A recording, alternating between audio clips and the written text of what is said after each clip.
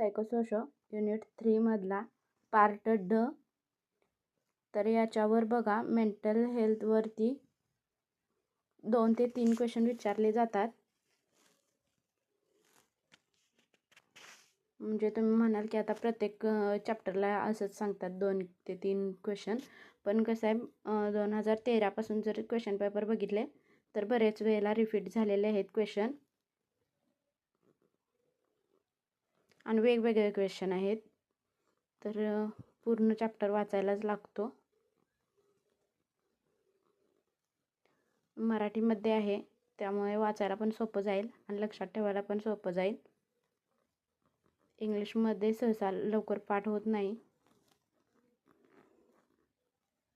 Proper English येणाऱ्याला तेच आपल्या भाषेत करता येईल, पण ज्यांना इंग्लिश समजत नाही, ग्रामर समजत नाही, तर त्यांनी मराठीमध्येच सरळ क्वेश्चन पेपर सोडवलेला बरा.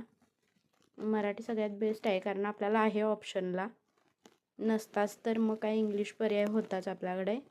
आता आपल्याला पर्याय आहे तर आपण मराठीमध्ये लिहू शकतो.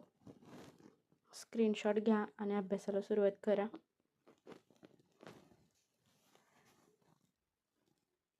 बाकीचे टॉपिक मी नेक्स्ट व्हिडिओमध्ये शेअर करेन. आता 3rd युनिटमधले 2च पार्ट राहिलेत.